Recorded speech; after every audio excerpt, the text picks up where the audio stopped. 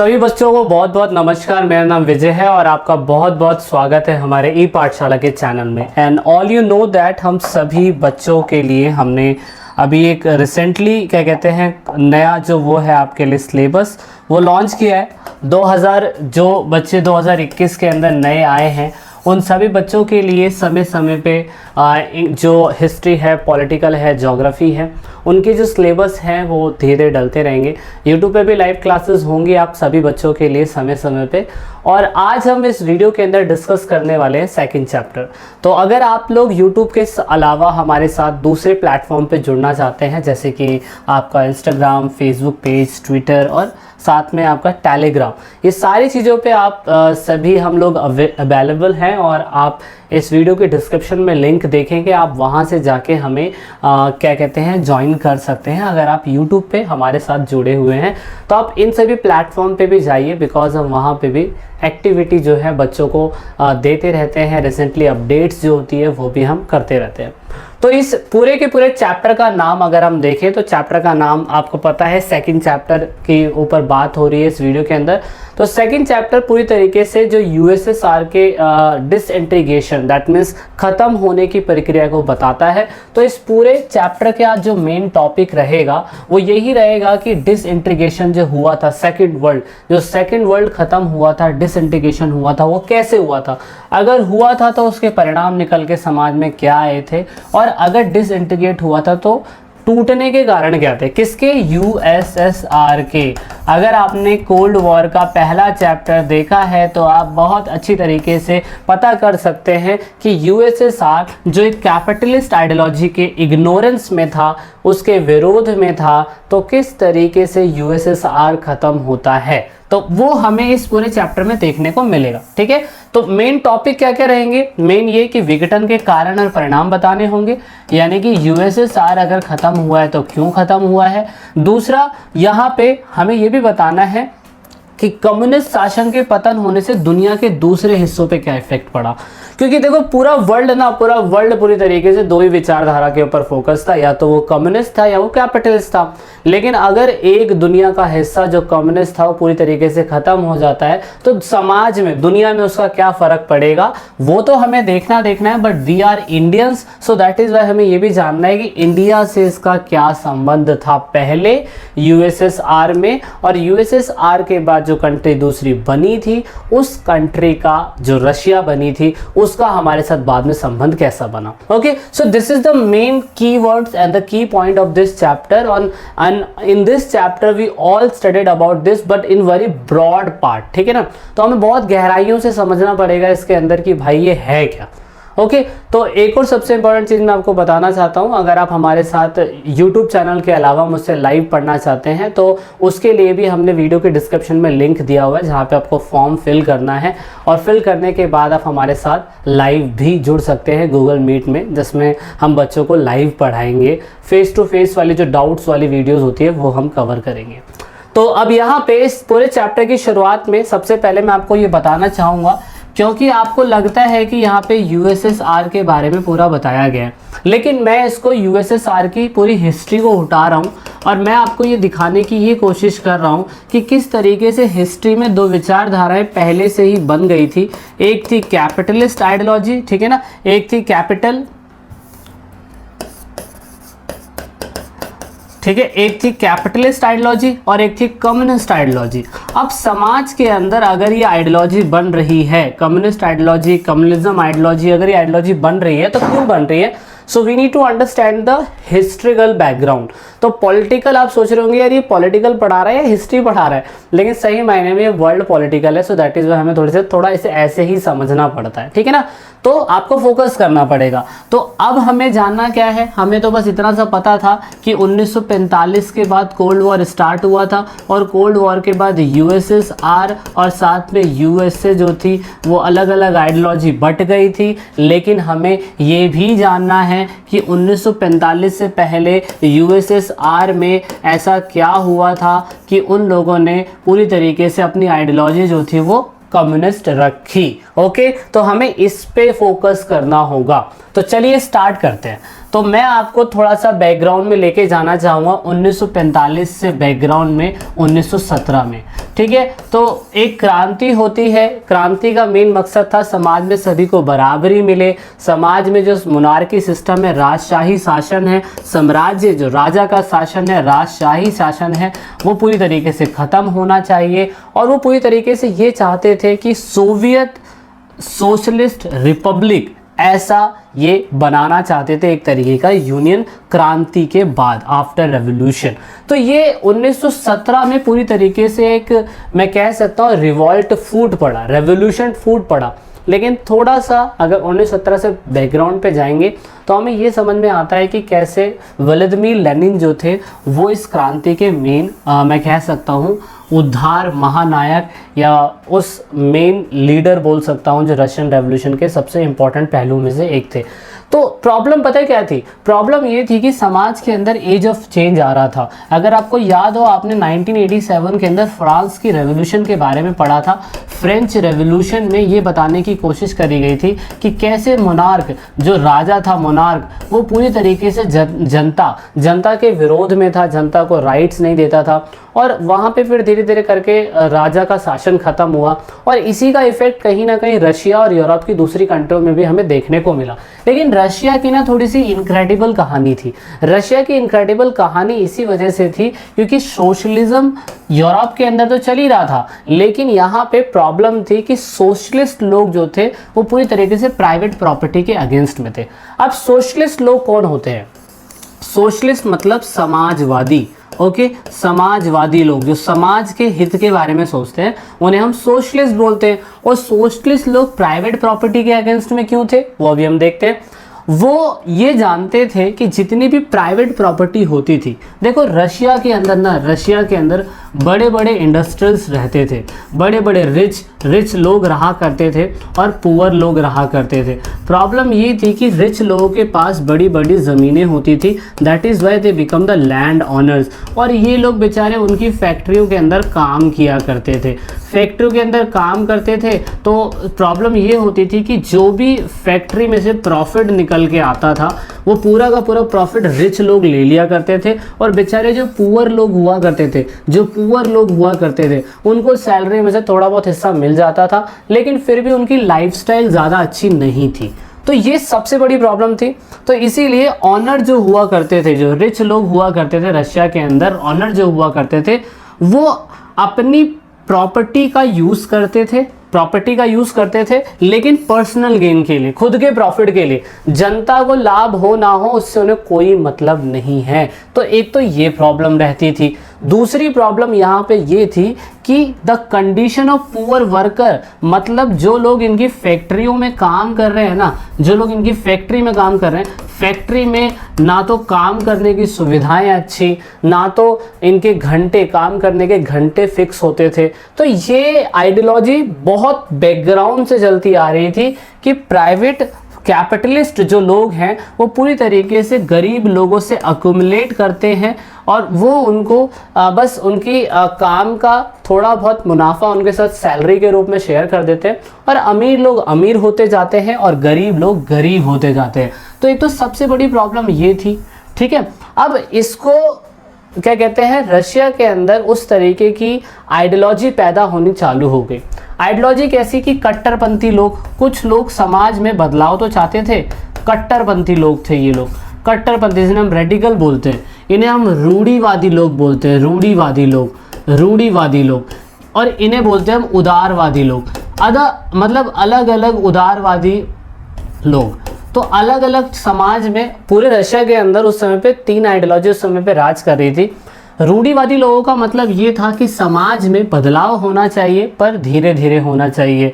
दूसरा, कट्टरवादी लोगों का मेन मकसद था समाज में बदलाव होना चाहिए लेकिन एकदम से होना चाहिए।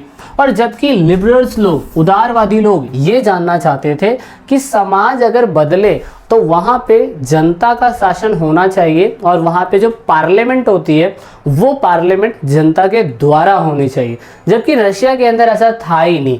रशिया के अंदर रिच पूंजीपति लोग रहा करते थे जो अपनी बड़ी बड़ी फैक्ट्रियों के ऊपर पैसा इन्वेस्ट करते थे और साथ में जो जनता होती थी उनको पूरी तरीके से शोषित करते थे, उनको सैलरी का कुछ हिस्सा दे दिया करते थे और बाद में अपनी मौज मारते थे। तो ये सोच और ये आइडियोलॉजी के लोग थे तो, लेकिन इकट्ठा कैसे होंगे? इकट्ठा नहीं होंगे। इकट्ठा करने के लिए यहाँ पर आग में घी का काम करने वाले हमारे कार्ल मार्क्स, ये कार्ल मार्क्स एक ऐसे व्यक्ति थे, बहुत बड़े क्रांतिकारक बोल लीजिए आप इन्हें, कार्ल मार्क्स को, जिन्होंने बहुत सारी बुकें लिखी, बहुत सारी चीज़ें बताई और कार्ल मार्क्स ने बताने की कोशिश करी कि भाई समाज में अगर ऐसा समाज जहाँ पर जनसंख्या में जो जनता है, पुअर लोग हैं वो ज़्यादा है, अमीर लोग हैं वो जो कम है, लेकिन अमीर लोग गरीब लोगों का शोषण करते हैं, तो इसको ख़त्म कैसे करेंगे? तो कार्ल मार्क्स ने एक आइडियोलॉजी दी। उन्होंने कहा कि उन्होंने आर्ग्यू करा कि इंडस्ट्रियल सोसाइटी जो होती है वो कैपिटलिस्ट होती है और ज़्यादातर वो वर्कर्स का शोषण करती है। वो सिर्फ वर्कर को काम करने के लिए बोलती है और कहती है कि तुम 12-12 घंटे, 14-14 घंटे, 16-16 घंटे काम करोगे, जिसमें से जो फैक्ट्री से प्रॉफिट निकल के आता है वो रिच लोग रख लेते हैं और बेचारों को कुछ हिस्सा एज अ सैलरी के रूप में दिया करते थे। जबकि इनका काम करने का जो प्लेस होता था गंदा है, वर्किंग आवर्स सेलेक्ट नहीं है और बेचारे रिच लोग आराम से मुनाफा कमा रहे होते थे। तो इन्होंने सबसे पहले ये आइडियोलॉजी दी और ये कहा कि समाज को सोशलिस्ट होना चाहिए।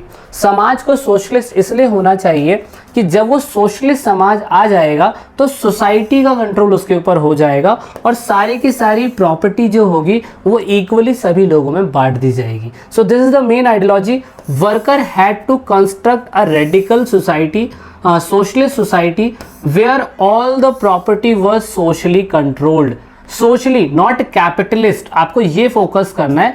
उन्होंने कहा वर्कर से, क्योंकि वर्कर ही तो पिस रहा था रशिया के अंदर, वर्कर से कहा कि तुम्हें ऐसे समाज को कंस्ट्रक्ट करना पड़ेगा, ऐसा समाज बनाना पड़ेगा जहां पे सोशलिस्ट सोसाइटी होनी चाहिए। सोशलिस्ट सोसाइटी का मतलब होता है समाजवादी समाज होना चाहिए। समाजवादी समाज लिखा हुआ है ना, हिंदी में भी लिखा हुआ है मैंने, समाजवादी समाज होना चाहिए जिसमें क्या होगा कि जिसमें संपत्ति का अधिकार सामाजिक रूप से सभी लोगों में इक्वल नियंत्रित करा जाएगा और वहाँ पे बड़े बड़े पूंजीपति नहीं होंगे।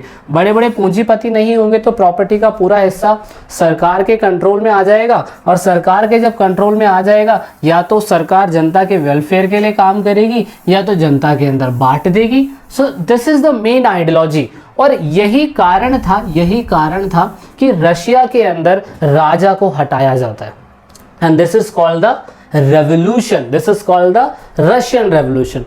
तो मैं अब आपको बता रहा हूँ कि कैपिटलिस्ट आइडियोलॉजी क्यों आई। अब आप कह रहे हैं कि इतना तो किताबों में लिखा ही नहीं हुआ है, एटलीस्ट इतना किताबों में लिखा हुआ है लेकिन इतना डीपली समझाने की कोशिश नहीं करी गई है। और मेरा मेन मकसद है कि अगर आप किताब चैप्टर पढ़ रहे हैं तो आपको डीपली समझ में आना चाहिए, दैट इज़ वाई आप इन चीज़ों को पढ़ रहे हैं। तो इसीलिए ज़ार निकोलस जो था उसको हटाया जाता है और व्लादिमीर लेनिन जो है क्रांति करते हैं 1917 के अंदर। और यहाँ पे फिर क्या होता है उस टाइम पीरियड पे 1914 के टाइम पीरियड पे उसकी फैमिली रशिया के अंदर ज़ार निकोलस सेकंड उसकी फैमिली राज करती थी और ज़ार निकोलस सेकंड को वहाँ से हटाया जाता है। हटाने के बाद यहाँ पर आप देख सकते हो पूरी तरीके से उस समय पे ये पूरा का पूरा अंपायर उस ज़ार निकोलस के अंडर में आता था। ज़ार निकोलस के अंडर में देख सकते हो Finland, Lithuania, Estonia, part of Poland, Ukraine, Belarus, central Asia state, Georgia, Armenia, Algerian, जो भी मतलब ये सारी कंट्रियां उस समय पे ज़ार निकोलस के अंडर में थी और जहाँ पे ज़्यादातर लोग क्रिश्चियनिटी थे, लोग क्रिश्चियनिटी धर्म को मानते थे। लेकिन ये चीज़ गलत थी। सिर्फ रिच लोग क्या करते थे, राजा को बस मतलब प्रॉफिट का कुछ हिस्सा शेयर कर दिया करते थे। लेकिन प्रॉपर्टी का हिस्सा शेयर करने से जो नॉर्मल इंसान है, गरीब इंसान, उसका तो सोल्यूशन नहीं होगा ना। सो दैट इज वाई यहाँ पे क्रांति होती है। So that is why you need to understand this date. Okay, 17 जुलाई 1917 यहाँ पे आप देख सकते हो पेट्रोग्रेड करके इसका जगह का नाम लिखा हुआ है। यहाँ पे क्रांति होती है, उसके बाद फरवरी रेवोल्यूशन होती है, देन अक्टूबर रेवोल्यूशन होता है, then Russian civil war start हो जाता है। और रशियन सिविल वॉर 1917 से स्टार्ट होता है। ज़ार निकोलस का शासन हटता है और ज़ार निकोलस के शासन हटने के बाद आप देख सकते हो यहाँ पे ये सारे के सारे आउटकम्स निकल के आते हैं कि रशिया का मोनार्की सिस्टम ख़त्म होता है और वहाँ पे एक रशियन रिपब्लिक पूरी तरीके से नई पार्टी बोल्शेविक पार्टी जो है और बाद में वही पार्टी कम्युनिस्ट पार्टी बनती है, वही पार्टी जाके फिर पूरी तरीके से राज करती है। तो this is the history, this is the history behind. और बाद में वो जो रोमन रशियन एम्पायर होता है इतना बड़ा, बाद में उसी को हमने शॉर्ट फॉर्म क्या कहते हैं, शॉर्ट फॉर्म में यूएसएसआर का नाम दिया। इस समय यूएसएसआर रशिया नहीं है, 1991 में ये जाके रशिया बन जाएगा, लेकिन अभी आपको इसे यूएसएसआर बोलना पड़ेगा। यूएसएसआर इसीलिए क्योंकि वो सोवियत है कुछ कंट्रियों को मिला के, क्योंकि वो क्या कहते हैं संघ समाजवादी गणराज्य है ना। तो यानी कि 1945 में अब आपको ये समझ में आ गया कि हिस्ट्रिकल बैकग्राउंड तो ये था 1917 का। दैट इज़ वाई रशिया के अंदर कम्युनिस्ट आइडियोलॉजी इसी वजह से थी। और 1945 में ये आइडियोलॉजी कोल्ड वॉर की वजह से कैपिटलिस्ट आइडियोलॉजी के अगेंस्ट में आ गई थी। अब क्यों आई थी उसका आपने हिस्ट्रिकल बैकग्राउंड समझ लिया है। तो दैट इज़ वाई 1945 के बाद ये कंट्री पूरी तरीके से यूएसएसआर ही थी, जो पूरी तरीके से कैपिटलिस्ट आइडियोलॉजी के अगेंस्ट में थी। अब कैपिटलिस्ट आइडियोलॉजी के अगेंस्ट में क्यों थी वो आपने समझ लिया इतना सा। तो अब हम आगे चलते हैं, अब हम आगे देखते हैं। अब देखते हैं हम लोग अगर कि यूएसएसआर कंट्री जब बनी, वैसे तो 1917 के बाद रेवोल्यूशन हुआ तो धीरे धीरे करके बननी चालू होगी, बीच की बहुत सारी चीज़ें उतना ज़्यादा आपको जाना नहीं है। उसके बाद 1922 में इन लोगों ने पूरी तरीके से एक फाउंडिंग करी, देख सकते हो यहाँ पे एक संगठन फॉर्म्ड करा इन लोगों ने, और इनका मेन मकसद कैपिटलिस्ट आइडियोलॉजी के अगेंस्ट जाना। और यहाँ पे कम्युनिस्ट पार्टी बाद में जाके बन गई थी और ये पूरी तरीके से एक प्लान्ड और कंट्रोल इकोनॉमिक बनाना चाहते थे। So I just want to ask you one thing, आपको ये बताना है फंडामेंटल राइट्स होते हैं हमारे कॉन्स्टिट्यूशन के अंदर, ठीक है। फंडामेंटल राइट्स के अंदर हमने बहुत सारी चीज़ें दूसरी कंट्रियों से उधार ली है, बहुत सारी चीज़ें हमने दूसरी कंट्रियों से उधार ली है। लेकिन आपको क्या पता है कि जब 1922 में जब ये कंट्री ने अपना कॉन्स्टिट्यूशन फॉर्म करने की शुरुआत कर दी थी, तो उसके बाद इन लोगों ने प्लान्ड इकोनॉमिक और कंट्रोल्ड इकोनॉमिक बनाने की कोशिश करी थी। तो इनके कॉन्स्टिट्यूशन से, यूएसएसआर के कॉन्स्टिट्यूशन से हमने एक चीज़ उधार ली थी।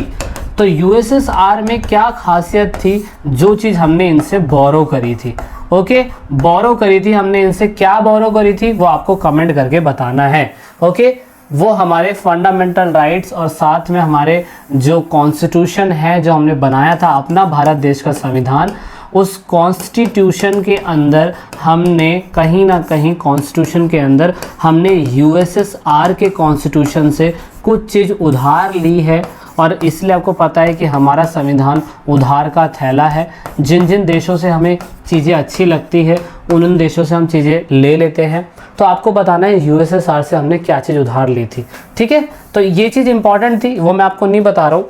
अच्छा, अब यहाँ पे सोवियत संघ जब बना तो उसकी योग्यता क्या थी, अच्छी बात क्या थी, यहाँ पे कम्युनिकेशन नेटवर्क काफ़ी अच्छा था, इंडस्ट्रीज़ काफ़ी अच्छी बन रही थी, बाद में यहाँ पे लोगों का स्टैंडर्ड लिविंग काफ़ी हद तक ठीक था शुरुआती समय में, और बेसिक चीज़ें जैसे कि हॉस्पिटल, एजुकेशन, साथ में मतलब जो भी ये बेसिक चीज़ें होती है ये चीज़ें थी वहाँ पे ठीक ठाक थी, और वहाँ पे अनएम्प्लॉयमेंट तो था ही नहीं। तो ये शुरुआती समय में 1945 के दशक से पहले या बाद में भी काफ़ी हद तक कहें तो ठीक था। लेकिन लोगों का ये मानना है कि अगर किसी भी चीज़ की अच्छाई है तो किसी चीज़ की बुराई भी होती है। तो बुराई क्या थी, बुराई ये थी कि इतने टाइम पीरियड तक आप देख सकते हो सारे लाइन में लगे हुए, व्लादिमीर लेनिन पहले व्यक्ति थे जिन्होंने इसको फाउंड करा, ओके, जिन्होंने इसको फाउंड किया। उसके बाद स्टालिन आए, देन निकिता खुर्शेव आए, लियोनार्ड ब्रेजनेव आए, मिखाइल गोर्बाचेव आए। निकिता खुर्शेव के बारे में आपने कोल्ड वॉर के अंदर थोड़ा बहुत जिक्र पढ़ा था, जोसेफ स्टालिन के बारे में आपने क्लास 9th में पढ़ा हुआ है, लेकिन व्लादिमीर लेनिन के बारे में आपने नहीं पढ़ा था। लेकिन आपको बता दूं, बोल्शेविक पार्टी जो मतलब मेन जो रशिया के अंदर क्रांति हुई थी, वो Vladimir Lenin is the main person of this history. और साथ में इस चैप्टर में आप मिखाइल गोर्बाचेव पे, लियोनार्ड ब्रेजनेव पे फोकस करेंगे। अब उनके डीमेरिट्स ये थे कि ये पूरी तरीके से अथॉरिटेरियन थे, दैट मीन्स सत्तावादी थे। अगर आप देखें तो इनके टाइम पीरियड में समय समय पे चुनाव नहीं हो रहे थे। यूएसएसआर की कंट्री में समय समय पे चुनाव नहीं होते थे, जबकि कैपिटलिस्ट कंट्री के अंदर समय समय पे चुनाव हो रहे थे। दूसरी प्रॉब्लम यहाँ पे जो मैं बोल सकता हूँ कि यहाँ पे सिर्फ एक ही पार्टी का डोमिनेंस था, जो बुरा है। अब यहाँ पे कम्युनिस्ट पार्टी जो थी वही राज करती थी। अब अगर एक ही पार्टी राज करेगी तो आप देख सकते हो कि कहीं ना कहीं वो निरंकुश भी हो सकती है। पर अगर हम यूएसए की बात करें तो यूएसए के अंदर 2 पार्टी थी। अब वो 2 कौन सी पार्टी थी मुझे कमेंट करके बताइएगा, ठीक है, कमेंट करिए और मुझे बताइएगा वो 2 पार्टी कौन सी थी। तो ये 2 पार्टियां थी जो उस टाइम पीरियड पे क्या कहते हैं राज कर रही थी, लेकिन यूएसए के अंदर। और यहाँ पे यूएसएसआर में एक ही पार्टी थी, तो ये गलत बात थी। दूसरे लोग अकाउंटेबल नहीं थे लोगों के प्रति। देखो, व्लादिमीर लेनिन तो थे ही अच्छे व्यक्ति, लेकिन जोसेफ स्टालिन को कहीं ना कहीं हिटलर बोला जाता था, रशिया का हिटलर। तो इस तरीके से वो अकाउंटेबल भी नहीं थे। एडमिनिस्ट्रेटिव सिस्टम के अंदर कहीं ना कहीं इनके आपसी मतभेद भी देखे गए हैं। दूसरा एक और कारण है इनका टेक्नोलॉजी, जो ज़्यादातर हीन टेक्नोलॉजी इसलिए बोला गया कि इन लोगों ने ज़्यादातर फोकस बम बनाने पे करा और शुरुआती समय में कंपटीशन के चक्कर में चीज़ों को फोकस करा, लेकिन दूसरी और भी टेक्नोलॉजी होती है जिन पे फोकस करना चाहिए, वहाँ इन्होंने फोकस नहीं करा था। और यहाँ पे पूरे के पूरे यूएसएसआर में अगर देखा जाए तो बहुत सारी कंट्रियां हैं, मेनी कंट्रियां हैं, और वही कंट्रियां मिलके यूएसएसआर बनाती है। लेकिन यूएसएसआर में रशिया कंट्री का ज़्यादा डोमिनेंस देखा गया था, ये भी एक बुरी चीज़ थी, ठीक है। सो this is the first part of this chapter, और हमने आपको बैकग्राउंड हिस्ट्री समझाने की कोशिश करी, इसकी कुछ विशेषताएं समझाने की कोशिश करी, और कुछ अच्छी और बुरी दोनों ही। तो ये वीडियो के अंदर था, and I hope you like this video. और ये वीडियो के एंड में बस आपसे यही कहना चाहूँगा कि अगर आप लोग वीडियो को एंड तक देख रहे हैं तो भाई चैनल को सब्सक्राइब ज़रूर करिएगा। और बाकी ये सारी चीज़ें जहाँ पे आप हमारे साथ ज्वाइन हो सकते हैं, हमें फॉलो कर सकते हैं, और बाकी इंटरेस्टिंग अपडेट जानने के लिए आप जल्दी वीडियो के अगले पार्ट में मिलेंगे। So this is it in this video. आबाद रहे, गाज़ियाबाद रहे, एंड हमारी वीडियोज़ देखते रहे।